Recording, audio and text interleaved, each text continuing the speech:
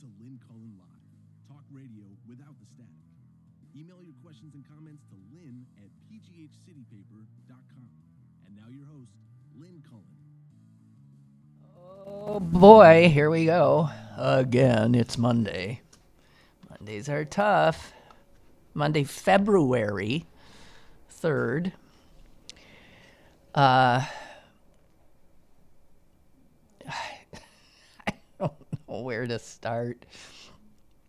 don't know where to start. Guys. Used to be, back when the world seemed a little less fraught, on the Monday after a Super Bowl, I would start with, the commercials and just a general critique, halftime performance, all that kind of stuff. And I've got to fight this more because, I'm losing the ability to care about any of this, anything. I watched the Super Bowl. I knew it was going to be a great game, and it was a great game. The team I was rooting for won. That's always nice. The only time I didn't want them to win was when their fans started up that damn tomahawk chop chant that I grew to loathe so much when the Atlanta Braves fans did it. It's so disrespectful of Native Americans. It really is. It's beyond belief. So, it just seems like and then, okay, I will share with you my generalized, negativity. And I'm sorry about it, but I was watching with my son and his girlfriend, and they would be the first to tell you that the only comments I ever seemed to make were things like, God, I hate this culture.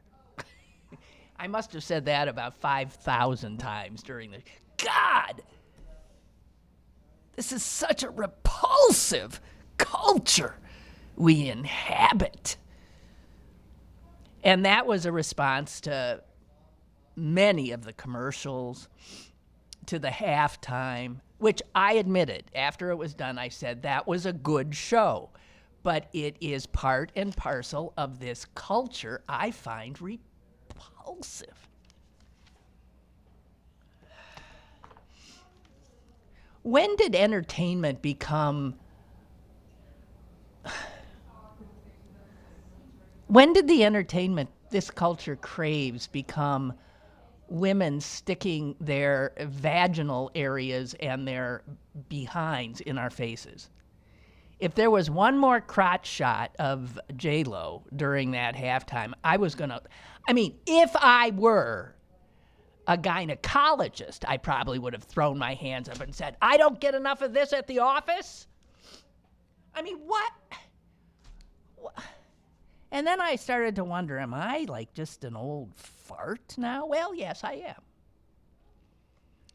But last time I looked, the Super Bowl was supposed to be a family affair, the quintessential American cultural experience. And there it was, all in a nutshell. Manipulative, overly sexualized.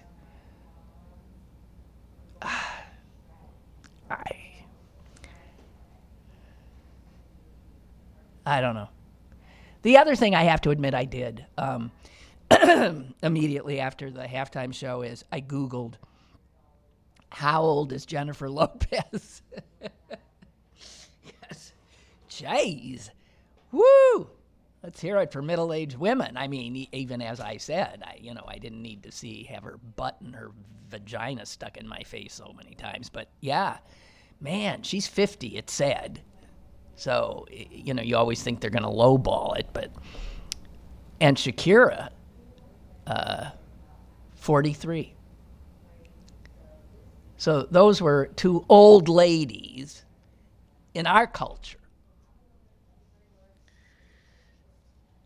But I couldn't help but note that the women were half naked, and the one guy, who was that guy? The guy who sang with him, he was covered from head to toe. Men get to be clothed. Women have to walk around half naked. Why even bother having the costume on? The costume was,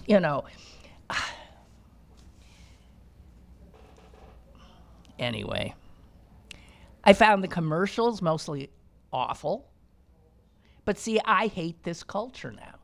So even one that started to grab me, the most manipulative one of all, and I of course, I never remember what any of these commercials were selling, was the one with the old man narrating, remembering his wife, Loretta. That was lovely, except for what was being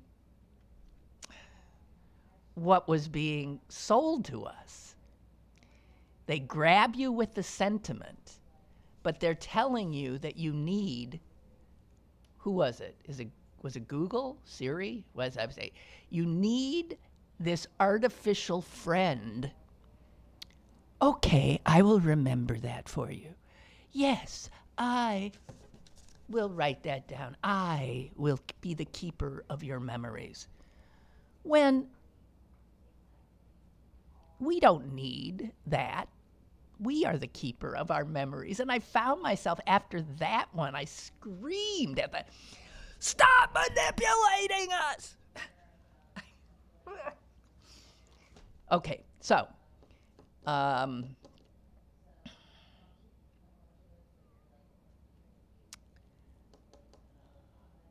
don't know. What do you do when you find yourself living in a cultural cesspool? I mean, as far as I'm concerned, that's what I feel like I'm living in.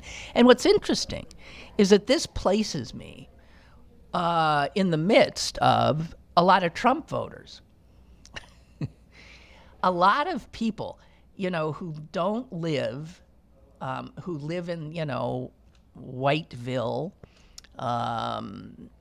rural America, who want things to be the way things had always been, they must recoil at much of what I'm recoiling about as well.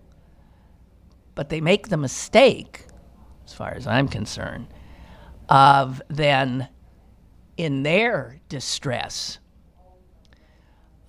following false prophets and allowing themselves to be played.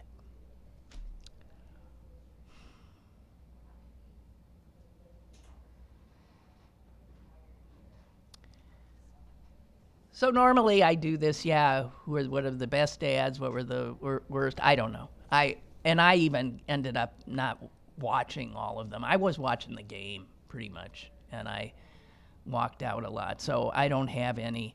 I did see the Heinz ad and didn't even understand it. What the hell was that?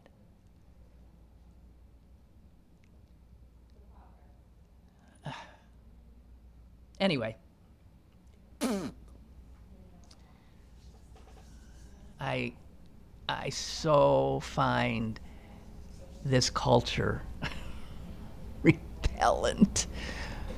And yet, there is so much culture to be had that is not repellent, that art that is in fact beautiful, moving, provocative representation of life, of love, of all of it, right? But it is not the popular entertainment and popular culture.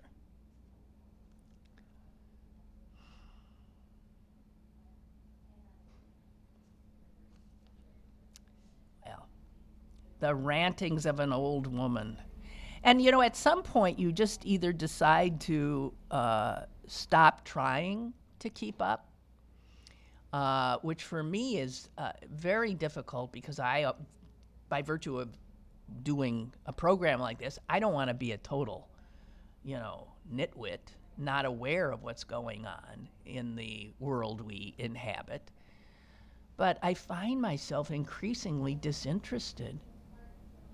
How many of you, when you're standing in line at the grocery store and you're perusing the front pages of, the tabloids and the magazines, People and Us, look at the people that are selling the magazine, so clearly really important cultural people, and you don't have a clue who they are? You might have a vague clue. Oh, yeah, I've heard that name, or she looks vaguely familiar. But at some point, you do age out, I think, of popular culture. And, man, I've pretty much done it. Although, I remain open to people, younger people, like my son, saying, listen to this, which is why I don't scorn hip-hop, because I know there's just incredible stuff going on in that genre, which most folks who didn't come of age with it refuse to admit. I don't know. So I don't think I have much to say. She said after talking for 12 minutes about how she had nothing to say about it. All right. Well, okay. And then, of course, since last we spoke, the fix became clear was in. I actually subjected myself to some of the last moments before the Mitch McConnell Senate closed it down and said, no, we don't need to hear no stinking witnesses. So this week will be interesting. Can I bear to watch the State of the Union address tomorrow?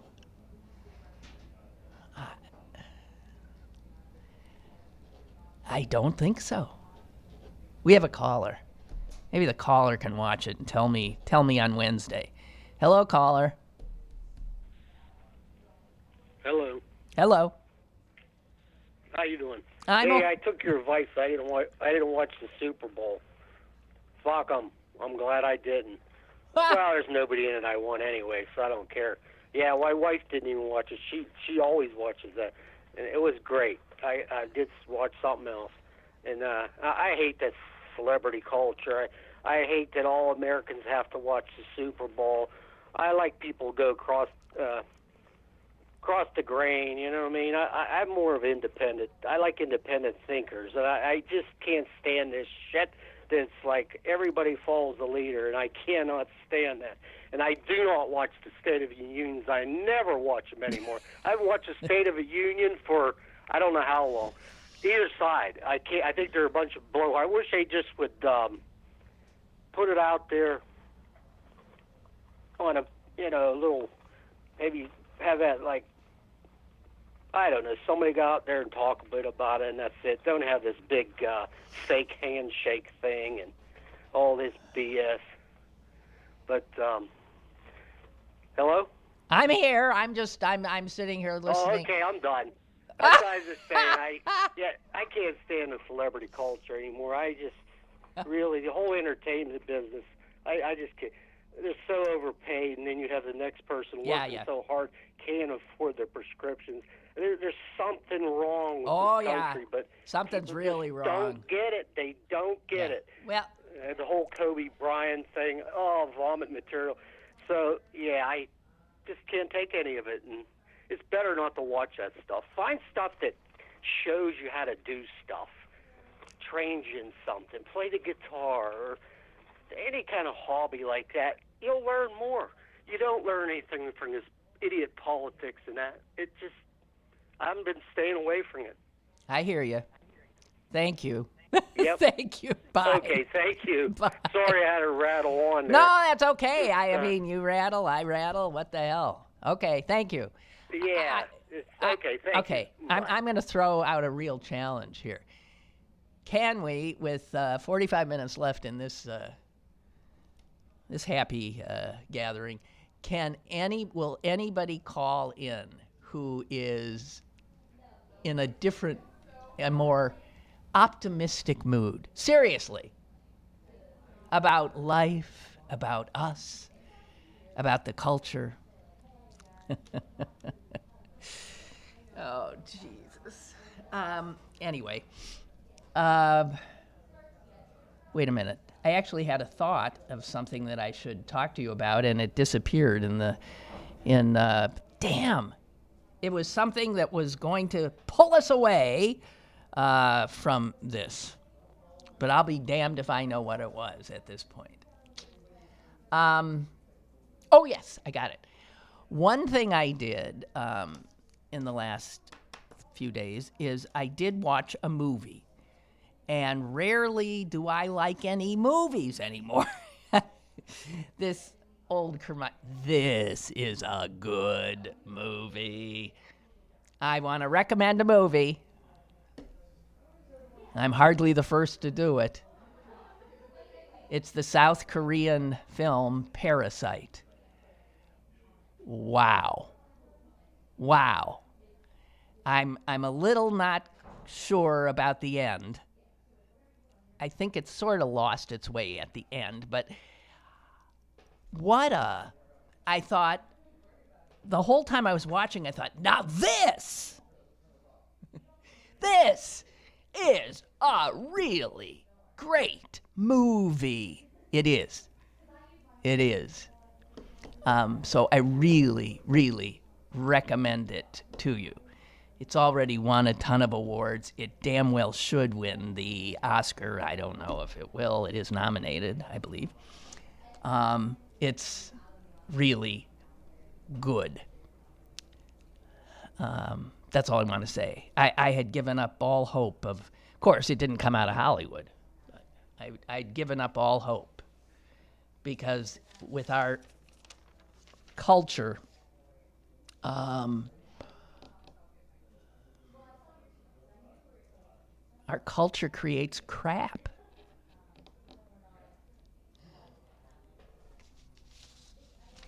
I have an obit left over from last Thursday. I never got to it. The guy's still dead, by the way. So in that regard, it's not like this is not timely. I mean, nothing's changed. I just wanted to share it with you. And in some respects, it also speaks to a lost culture. And that is so removed from the halftime display at yesterday's Superbowl that it shows the distance we've traveled, because this is the obituary of a man who played in a music group that in my childhood I loved. And the difference of what was considered popular, and it was popular, to what is popular now is, I mean, it's not, night and day doesn't exactly make the proper amount of distance.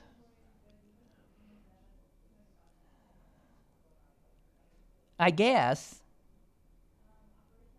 this is coming from truly white culture as I think back.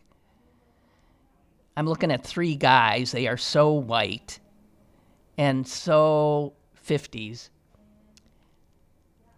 And they got guitars.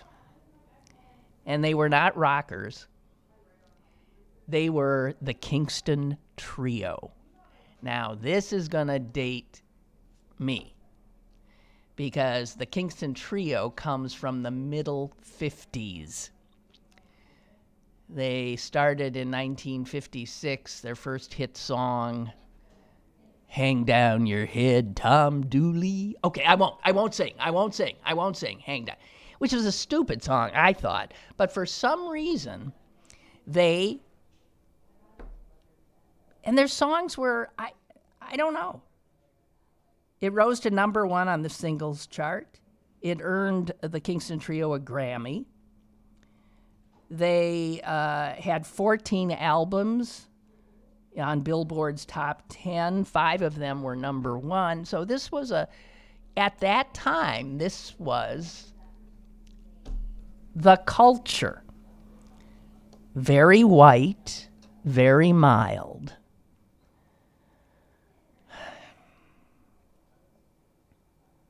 The guy who died was the guy whose voice is the one that you heard most.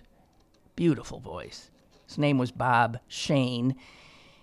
He died at the age of 85. Bob Shane always said, we didn't consider ourselves folk singers. People said, these are folk singers. And he said to call the Kingston Trio folk singers was kind of stupid. We never called ourselves folk singers. But this was heading into the Kennedy era.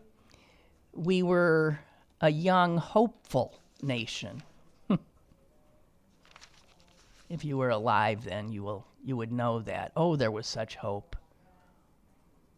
John F. Kennedy seemed to, embody this youthful, young, can-do.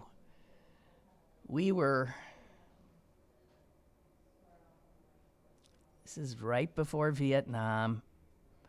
We didn't know then that it was the beginning of the end of our innocence, but also not of our innocence, because the 50s, of course, was when black folks knew their place, women knew their place, gay people didn't dare.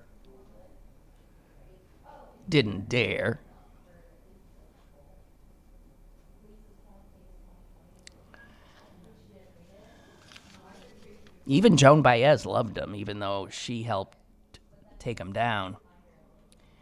Bob Dylan, Joan Baez, Peter, Paul, and Mary, they were a little tougher, more political, and they sort of swept them aside as the country started to change.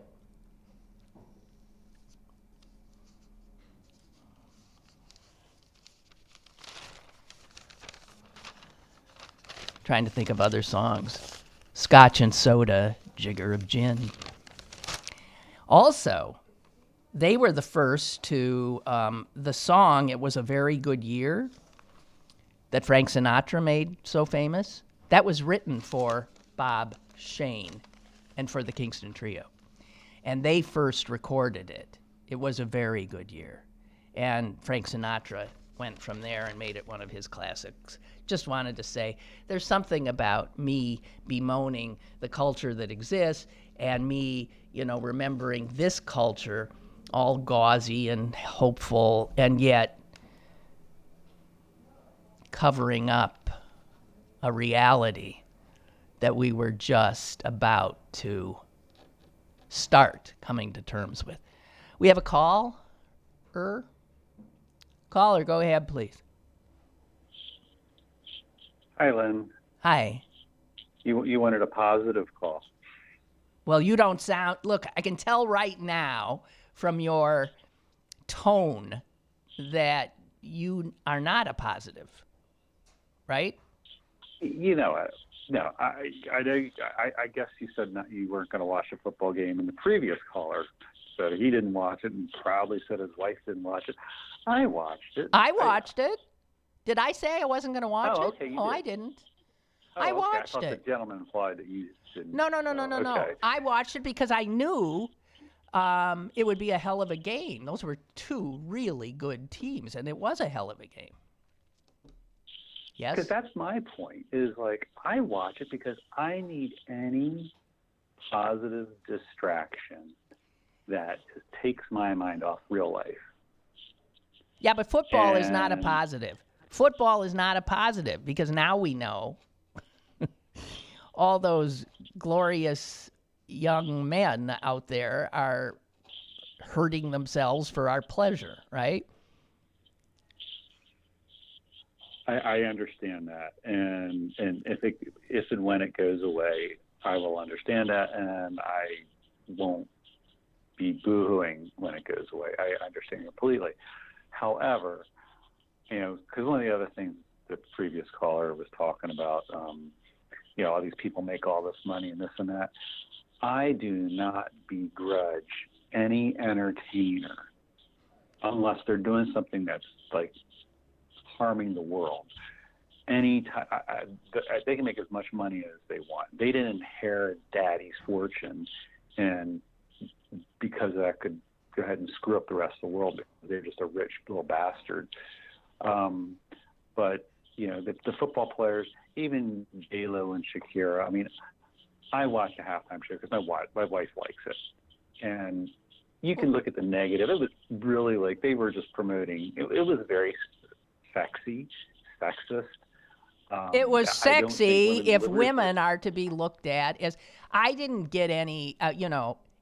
It was women as sexual objects. I'm so sick of it, and women openly. It's depressing. However, I even said, as I lamented, what I think is the coarsening and overly sexualized, really, Hannibal Buress, do you know who he is? He actually tweeted out during the halftime, wow, this is a hell of a show, but what am I going to tell my kids? And that's what I absolutely. I mean, this is what, plenty of kids watch that. So I don't think you want children being subjected to this sexualization of women so early. We're a hypocritical country. It speaks out of both sides of its mouth, blah, blah, blah, blah, blah. I don't know. But it was a hell of a show. I said that. It was a hell of a show. I understand what you're saying. Extremely talented women. Show. Unbelievable. They could have done it with clothes on it. I would have enjoyed it more. And with, fewer, shots of J-Lo's friggin' vagina. I don't need those shots. I mean, there's one where the camera literally just zeroed right in. And I'm thinking, what is this? It's insane. Yeah. It's so unnecessary. I have friends who have 8-year-old daughters watching this. What the hell are they learning? Oh, I'll tell you what they're learning. They're learning how to be a woman. They're learning they're not good enough.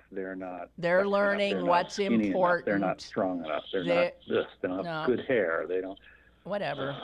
It's this is a decrepit, degenerate culture. In every way, from football, the violence of football, to the sexualization of women in the halftime show. It's ever been thus, but to celebrate it seems to me to be absurd. It's like it's two sides of a coin in some ways. Like I want those performers to do well. I mean, they are artists, and it speaks poorly of our culture that they are successful in the way they are, but they're very talented. But on the other side, you were talking about your respect for hip hop earlier. Yeah. For some. And for some. Oh yeah, there's some great stuff. Yeah, because like you look at some of the words, and it's like it's poetry, is what it is. Yeah. Depending on who it is too. But the thing I miss most, is musicianship. I didn't watch any of the preamble to the Super Bowl. I just watched the game for the game itself, and then I football. I turned it on right at 6:30 and turned it off when it was over. But before that, I was watching a Melissa Etheridge concert, and she had musicians all over the stage. They were like competing, like the better guitar player, drummer, piano player. It was really a lot of fun, and these people are talented. and that's my downer with a lot of new music. It's not just hip hop. It's a lot of it's just computer generated sounds, which is art. But to me, Well, look, at my age, I have no desire to go. Right. Because I did that once, thinking, well, I'm going to see this guy, and I'm like, well, where's the instruments? It's one guy on a stage. He sings a little bit, and he's playing these sounds with his computer up on the stage. I'm like, my nieces and nephews love that shit. Mm-hmm. I don't. Well, we age out. I mean, we age out. There's no doubt. Everybody, the music that they knew in their younger years is the music that informs their life. I mean, it is true. Whatever. Hey, I've got another call, so I'm gonna thank you for your semi optimistic, not even that call. Thank you. Good, wonderful entertainment. Yeah. On the football field last year. Okay. Bye. Bye. All right. Caller. Hello. Hey, it's Jonathan. How you doing, Lynn? Jonathan, I was almost about to read your email. Oh, you were? Well, feel free when I'm done or Go beforehand ahead. or whatever. But I want to say two things. Speaking of over-sexualized Super Bowl performances, do you know who was the halftime performer the last time the Chiefs were in the Super Bowl? Mary Poppins? I don't know who. There wasn't. Carol Channing. Carol Channing? Oh, man. Oh, geez. Can you imagine if she did the same routine? Hello. Hello. Oh, that's wonderful. But about the Google ad, I think I had a different take than you did. Okay. Based on the age of the person who was featured in the commercial. I took it as that he was of an age that he was kind of losing his memory. Yeah. That they were fading. And he wanted to make sure to hold on to them. And it was manipulative, but that was my take. Okay, and I think reading later what Google said is it was their intent, and the guy who voiced it was, in fact, the grandfather of one of their employees. It was authentic in that respect. I just hate being manipulated when it's when I realize that it's to sell Google shit. I mean, I don't mind being manipulated in a theater, when I go to the theater, because that's not a commercialized thing. I just hate it when it's capitalists doing it. You know what I mean? Right. Okay. And there's the creepy factor of we know more and more about you. Yes, exactly. Oh, God. So you wrote, I wanted to say this, that the other day, on Thursday, when I had Natalia Zuckerman here, I mentioned that Jewess was a pejorative, which I had not known, and I still refuse to, give into that because I love the word. And you were surprised to hear that, and you looked it up, and it still is, because I'm talking 30 years ago when that happened to me, and it still says... You says the dictionary said it was dated or offensive. Correct. Jewess. Which I don't buy. I think it's beautiful. Oh, I do too. I've always found it a beautiful word. Anyway, you then go on to say, and I'm going to ask you some questions. In 1970, when I was 9 years old, my mother took me to Italy. She'd served in Italy in World War II. Now, I remember one Veterans Day reading something that you had written about your mom and her service? You were on the phone with Susan. I still have it. I saved it. You always read things so beautifully. You do a great job at that. And you wrote what my mom wrote. She wrote to her mom on VJ Day. And she had served in the WACs. She was a sergeant in the Women's Army Corps. And she wrote it to her mother on VJ Day. That's right. My mom served in Italy and in Africa. In fact, the first time she saw Casablanca, she was in Casablanca. Oh, my God. Wow. So it was just an amazing story. And, we forget that women served then. It's not so shocking now, but World War II, that's surprising. So she took you as a child back to where she had served during World War II. And you say we were in line to meet the Pope. Now, this was Pope Paul VI. And yeah, it was part of the tour that was part of the arrangement of the tour, but also she still had friends in Italy from when she served. Okay. And somehow, because and not they everybody helped gets to arrange see the Pope. I mean, I was in the Vatican. I didn't get to see the Right. Pope. Yeah. So each person, you said, was kissing his... Not like the gift shop that they leave you to. Yeah. Each person was kissing his ring. But your mother was not about to kiss his ring because she was a Jewess.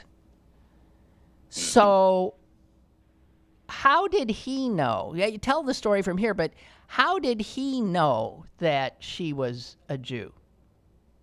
The Pope. That's a really good question. I never quite figured that out, and neither did she. I think he must have. My mom, well, she looked she had like a little a bit Jew. of a Jewish nose, but I think he must have assumed that because she wasn't kissing his ring, that she was not a Catholic. That maybe that was the deal. Yeah, I don't know, but she just kind of, bowed respectfully, that sort of thing, and he took her hand. He took her and hand. Said, and he said, it is very beautiful. You are a Jewess, yet you come to see me. And he said So- it so sweetly. So he... And so it wasn't until your show. Oh, go ahead. I'm sorry, but so the Pope said, you are a Jewess, yet you come to see me.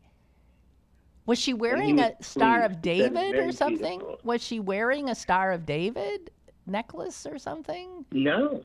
He just No, knew that she was a wasn't- Jew. That wasn't her thing. Wow. No, I think it was just an assumption, unless he had been tipped off, which I doubt.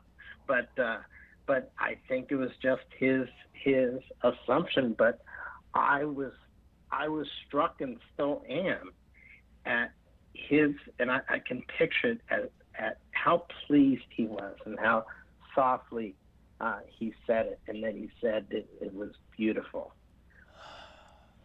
And he did not use the word Jewess in a pejorative manner. Oh no, not at all. Yeah. No. He's and that's why until your show on Thursday, I had never heard that was in any way a pejorative. It's not something you hear all the time, so maybe I could buy that it's dated, but I never heard it being referred to as that it was pejorative. Well, And what when I also remember most is that I loved he had these little red shoes that I thought were hilarious, but that was my 9-year-old self. so he was wearing red shoes. Yes. Okay, because the current Pope does not. Francis does not. Benedict was into the red shoes. He was, and I started to ask my mom about it pretty quickly, and she kind of shushed me. Look, Mom, he's wearing red shoes. Yeah. I love them. Yeah. Well, and just when I did use the word Jewess many years ago on WTAE radio, it was immediate. The people calling in, the phones lit up, and it was Jewish women. Don't use that I wasn't word. listening that day, or else I would have called in. Yeah, well, it was a shocker to me. The other shocking moment doing talk radio to me, that was one where I was just blown away. But the other was once when I booked a person who did not believe in evolution and thought it shouldn't be taught in schools. Now, this was early, might have been 1983, 84, and I thought, this'll be a riot. I thought, who wouldn't believe? And instead, I was blown away by the callers who absolutely agreed with him. I ended up that day feeling like I was the one that was clueless. It was the first time I was aware that an extraordinary number of people did not buy evolution. I did not know it. God. And hasn't gotten any better. Yeah, hasn't gotten any better. Hey, thank you, Jonathan. Wonderful to hear from you. Okay. Bye-bye. Love you too. Bye-bye. What else? Oh, this was an interesting thing. And I want to... Did you see that Sunday's date, yesterday's date, if you were to write it as we, you're filling in you're online, you're making a reservation, and you have to put in the date.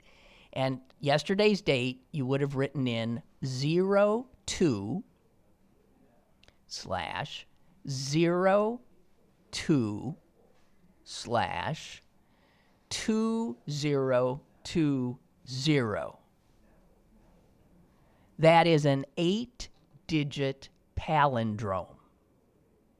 A palindrome is something that reads the same backwards as it does forward. So backwards, it's 02022020. Forwards, it's 02022020. That is the only time in this century, I want you to know, that there will be an 8-digit palindromic date. Now, this is not the kind of thing that most people get all freaked out about, but the last time it happened, an 8-digit palindrome, was 2011, when you had November 2nd, 2011. 11022011, forward and back. But what's fascinating is we're not going to see this again. Wait a minute. What did they say? It's some people go nuts over this kind of thing, right? The previous 8-digit. In Europe, they don't do dates like we do. They put the day first, so that in Europe, it would be incredibly still the same, 02/02/2020. And where you had an 8-digit palindrome for a date that crossed cultures, so in Europe it was, in Asia it was, in America it was, that is extraordinarily uncommon. Also, again, some people are into numbers. Yesterday was the 33rd day of the year, and there are 333 days left. So that's all threes. And on top of it, it was Groundhog Day. So there are 12 8-digit palindromes and 26 7-digit palindromes that exist. But I forgot where you'll not get a date like we had yesterday that works cross-culturally as an 8-digit palindrome. The next one will be in 12/12/21/21. Okay, so the next century. And then after that, the next one will not come until March 3rd, 33. 30. Whether there'll be anyone around to note it is anybody's guess. But so that was a very rare, extra special palindromic date yesterday. In case weird stuff like that, interests you. It does me. Okay, I've lost my... Okay, Barbara has emailed and says, I saw Parasite yesterday. I was not prepared for the violence. Can we say gratuitous violence? Felt the same about a scene in Once Upon a Time in Hollywood. Well, yeah, it is violent. But I thought it was a great movie.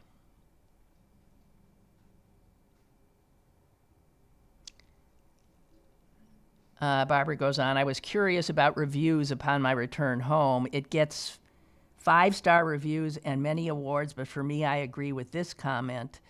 This movie did not leave a good feeling. The reviewer goes on to say, I would not recommend this film. I could recommend, but would add a caution. The violence took me by surprise.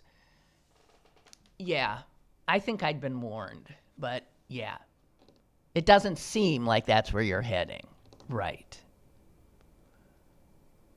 And I thought toward the end it did get a little lost, I thought too. But up until, I just thought it was brilliant. And Barbara also says, my age is showing, no doubt. I do not see the need for sex being acted out as well. Why is that necessary? But I never liked watching sex acts, even when I was young. No, I thought, our culture, like just that halftime thing, it's like soft porn a little bit. It's just like really airbrushed, slightly, there's a slight whiff of porn about it. But the porn centers on women's bodies. And I'm so sick of it.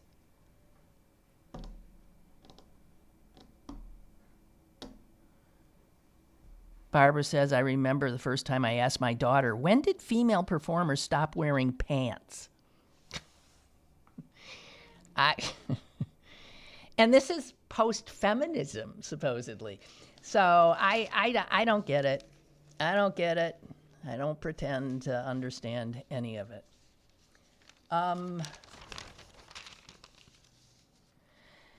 So interestingly, this coronavirus, which is now approaching pandemic status, is getting a ton of coverage in the business section. So the Wall Street Journal's going nuts covering this. The New York Times, because the impact on the global economy because of this is already starting to show, and we really don't know how huge it will be. Because China, which is essentially quarantined and closed down right now, is where so much of the stuff required to create the other stuff we desire is made. So the disruption of global supply chains is only starting. China accounts for about 1/3 of all global economic growth. That's a larger share than us and Europe combined, and throw in Japan's economy. U.S., Europe, and Japan's economy matches China's by itself in terms of economic growth. So, for instance, Qualcomm, the dominant, by far, maker of the chips required for our mobile phones, is totally dependent on on China. it is impossible, according to this business writer, it is impossible to calculate the extent to which this will disrupt China's economy. But China's economy, if disrupted, disrupts our economy, Europe's economy, the global economy.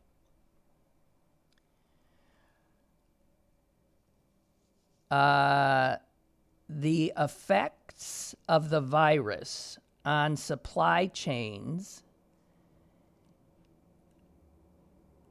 And by the way, they say here that supply chains are just notoriously complex. For instance, a single part of, let's say, a smart TV, a single ingredient in what makes a smart TV may itself be made out of dozens of smaller components. All of this, which comes from different sources, and a ton of which comes out of China. Companies that manufacture stuff often do not know the suppliers that they rely on that are 3 and 4 rungs down the chain. They know they get this piece they need from this company, but they don't know who that company gets the piece they need and who that company needs the piece they need. But it would not be surprising if a ton of these, if you follow that, end up in China. And so it is quite conceivable that production lines are going to slow and perhaps stop altogether, depending on how long this pandemic, if it finally gets that status, and it apparently is going to. So the world is now dependent on a country, China, and China is pretty much under quarantine. Apple makes most of its products in China. They have closed all of their stores there. They have 42 stores in the country. Walmart has 430 stores. They have closed some and pulled back hours on others. And the ripple effect on the global economy, just in case you hadn't been paying attention to that, is going to be potentially huge. Where did I miss this? This is a heads up for a series starting on HBO tonight called McMillions.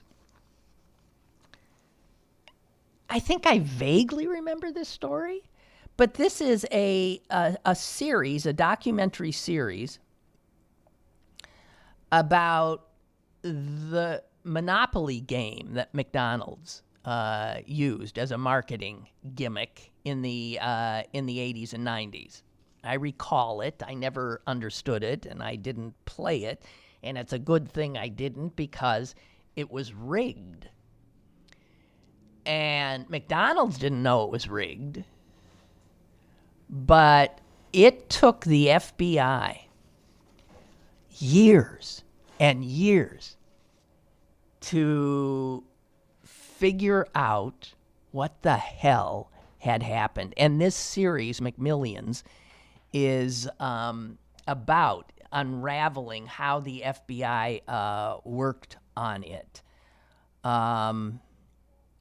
It turned out, just to cut to the chase, and I don't remember this, that a security guard who had been a cop once, 12 years a cop, then became a security guard, and he actually was a security officer, didn't mean guard, security officer for the marketing company that oversaw the production of the pieces of the game. There were little pieces that you got, and then that you had to put on a board. I don't know. I didn't understand. It was too complicated for me.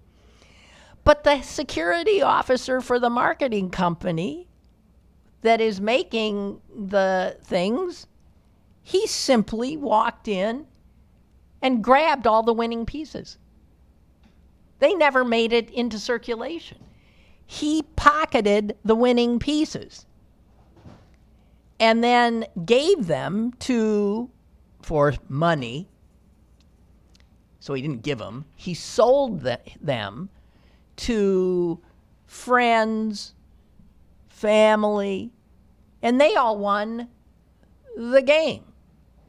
And I don't know when they figured out the fix was in, because this game went on for years, didn't it? It came back, it left, it came back. I don't know.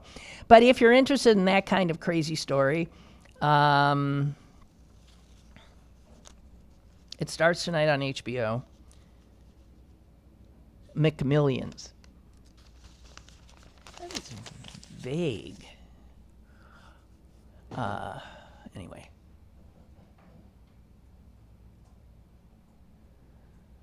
Oh, God.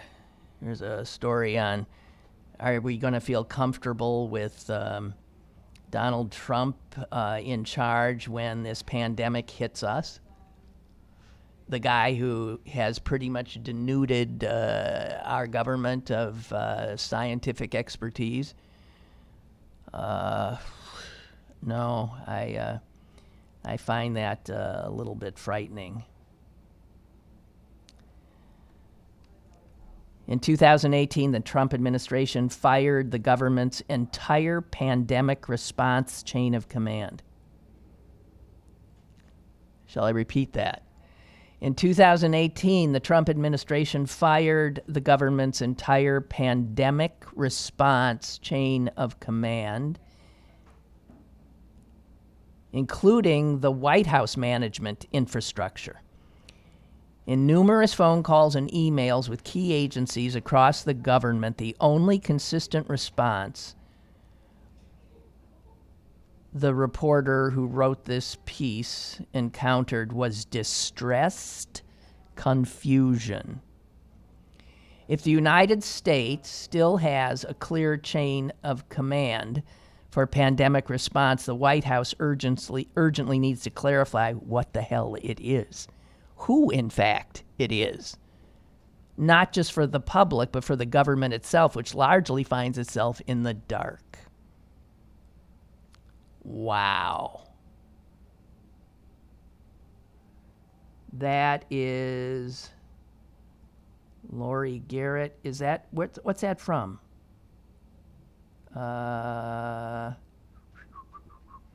Foreign Policy. Jesus.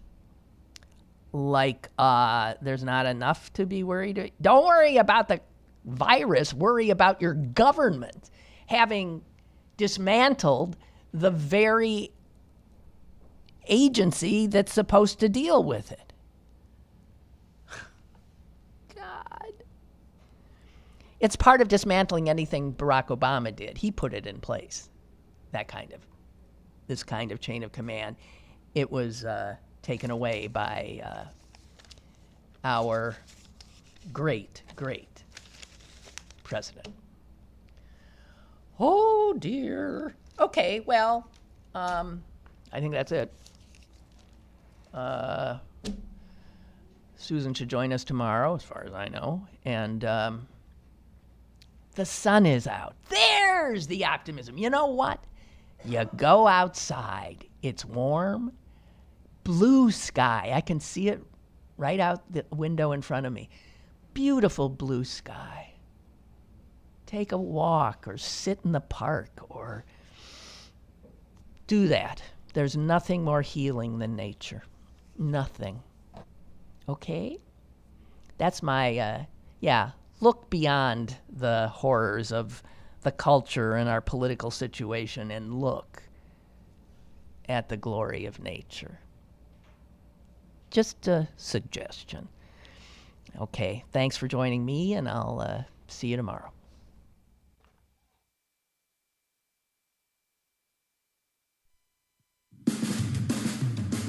Lynn Cullen Live, Monday through Friday from 10 a.m. to 11 a.m. and archived at pghcitypaper.com. The opinions expressed on Lynn Cullen Live are those of the host and do not necessarily reflect the viewpoints of Pittsburgh City Paper or its advertisers.